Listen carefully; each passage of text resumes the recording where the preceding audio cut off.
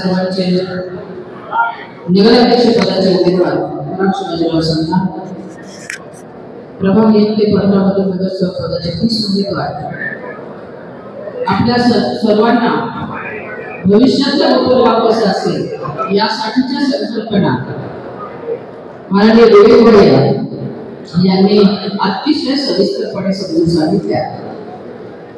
विवेक भैया उपस्थित सर्व बंधू भगिनी पत्रकार बांधव विश्वासनामा याचा प्रकाशन सोहळा आत्ताच झाला तर आपले अतिशय अभ्यासू उमेदवार पराग भाऊ संधान आणि सर्वच नगरसेवकांना आपल्याला निवडून द्यायचं आहे।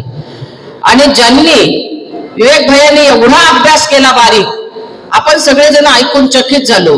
माहितीच्या अधिकारातले आकडे पाहिले तर असं चकचकीत कोपरगाव दिसायला पाहिजे एवढा खर्च कराचा पैसा कोपरगावच्या नागरिकांनी जो दिला होता प्रामाणिकपणे घरपट्टी पाणीपट्टी ती सगळे पैसे कसे उधळले हे सगळे उधळलेल्या पैशाचा हिशोब आता आपल्याला घ्यायचा आहे।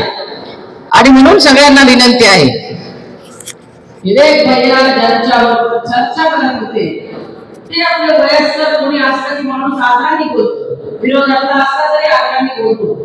भैयाला बोलून घेतलं भैयाची चर्चा केली भैयाकडून माहिती घेतली भैयाचं विजन ऐकलं आणि आता सगळीकडे फिरतायत माझं विजन नाही म्हणून दुसऱ्याचं ते आपलं समताना सगळीकडे देत फिरले।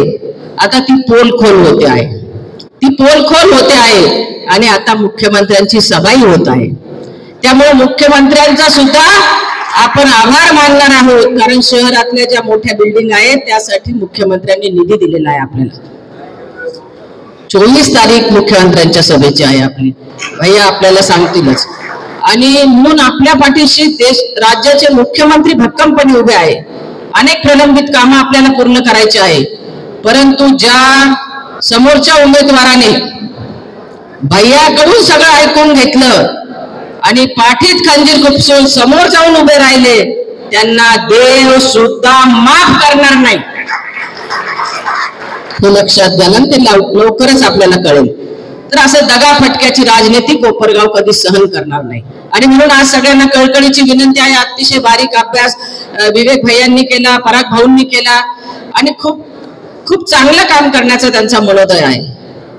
आणि म्हणून विनंती आहे सगळ्यांना की आपल्याला देवा भाऊंची सभा तर सक्सेस करायचीच आहे।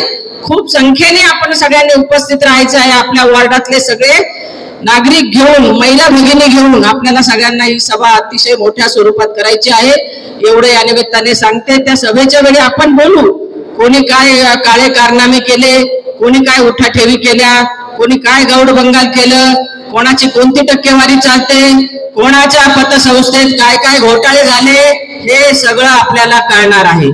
देवा भाऊंकडे गृह खातं आहे गृह खात्याकडे सगळ्यांच्या कुंडल्या असतात आणि म्हणून आपण सगळ्यांनी घाबरायचं काही कारण नाही।